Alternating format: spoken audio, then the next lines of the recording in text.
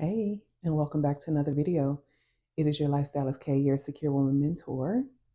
And today I'm doing something for the grown women, over 40.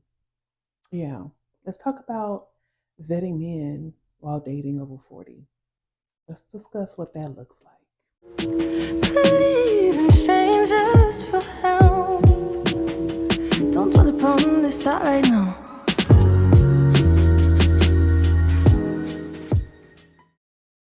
Let's talk about what it's like dating in your 40s, dating after a marriage, after a divorce, after being widowed, when we are at a mature age and you know at times we've been out of the dating game for a while or things are just different, and I think that's where we are now.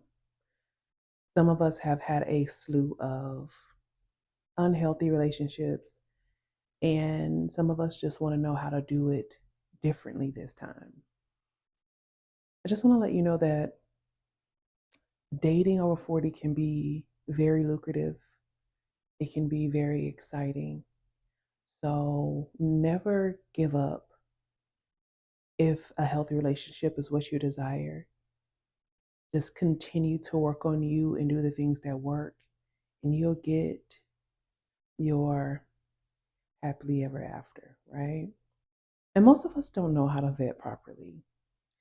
If you have ran in the mindset that I've ran in with other people, is most of the time you find that men are always saying, don't listen to other women, you can't listen to single women because they don't know this, that, and the third, or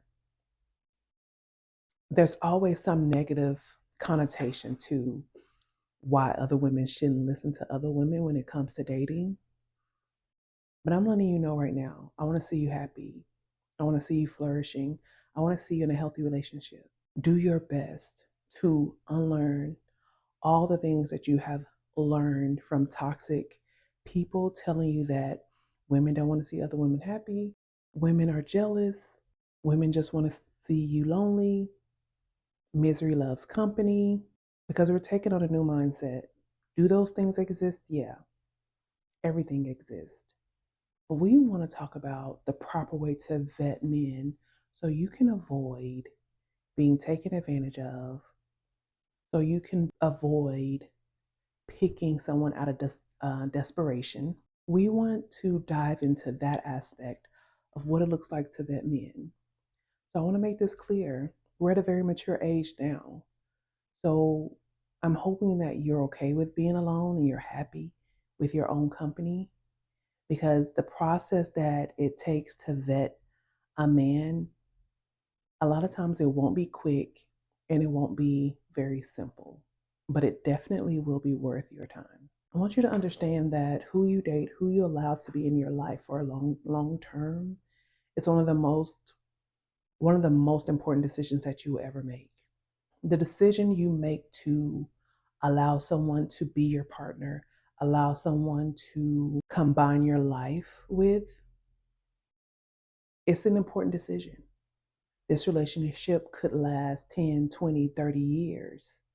This could be a marriage. So when you think about your dating process and how you vet a man that you're allowing to enter your life, enter your space, you want to look at that decision as one of the most important decisions you'll ever make. You don't have room to allow someone to come into your space and tear it apart. So when it comes to vetting, you want to think about, what do I have to lose? Don't be fearful. Just take into consideration all of the standards and take into consideration all of the things that you've done throughout your life to build a life that you can enjoy and be proud of. You don't want to start over because someone has come in and just wreaked havoc. We don't want that. We're vetting properly moving forward, whatever your situation is, because of course everyone is different. But we're vetting. We're not desperate for a relationship. We want someone that we can depend on, but we're not desperate for it. I know women can be very rely on your feelings type of, we have that instinct, that intuition where we rely on our feelings. But when it comes to vetting, I want you to rely more on logic and less on the feeling you feel. Should you have a feeling, of course, but that shouldn't be the only thing that helps you determine whether this person is worth your time. The feeling should be your initiation to your logic. And once we start to dive into the logic of whether this person is worth our time or not, we begin to ask questions. The big questions: family, career, gender roles, if that exists. Like, what does that look like for that person? Do our spiritual life align? Does it align? If that's important to you, does it align? Ask the important questions that will allow you to make an informed decision. Be as detailed as possible when you're going into the question phase of the vetting process. If you know, like I know, people like to lie. To avoid making a decision based on a lie that you don't even realize is a lie, take your time. Take your time. Once again, we're not rushing, we're not desperate. We're moving at a steady pace, but we're not desperate. A rushed decision is a wrong decision.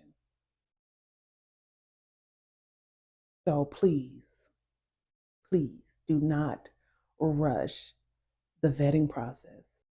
As you're dating later in life, some people are already into their careers, most people are building businesses. So you want to make sure that the vision that someone has for themselves moving forward also aligns with your vision moving forward. Do not be desperate or in a place of desperation that you drop everything that you have going on to become everything that this person needs. That's how you get used. Listen more and talk less. That's also how you get past the lying stage if someone is a liar. Listen to what they're saying, take mental notes, talk less, ask the questions that need to be asked.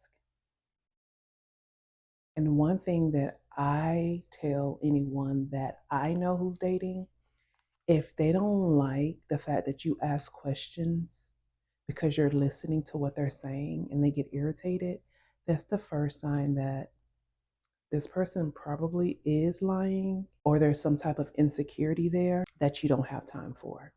You know, that we're no longer saving people. So, as you're dating at this age, as you are vetting at this age, the cape is off. The nice girl persona is out the window. We can be kind, we can even be soft. But when it comes to your heart, you have to guard it.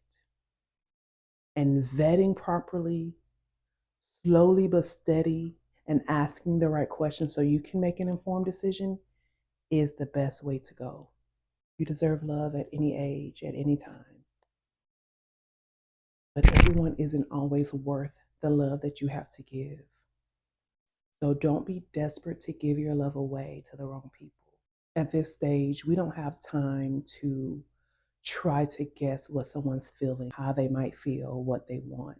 We ask those questions up front, and throughout the dating process, we ask those questions. And when someone is being honest, believe them. So if someone tells you, hey, I'm really not feeling this, I thought it was this, but it's not, don't attempt to change their mind. Walk away. See, vetting just isn't you asking questions.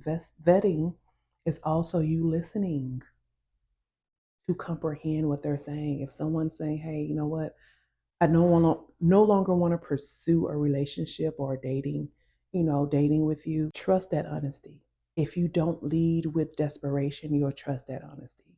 And if somebody is honest enough to give you an honest response and answer and convey how they truly feel, whether it's going to hurt you or not, listen to them.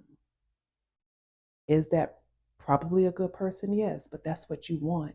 So when you're looking at this, instead of looking at it as, oh, he was a good man, and we start to feel like there is not another good man out there for us.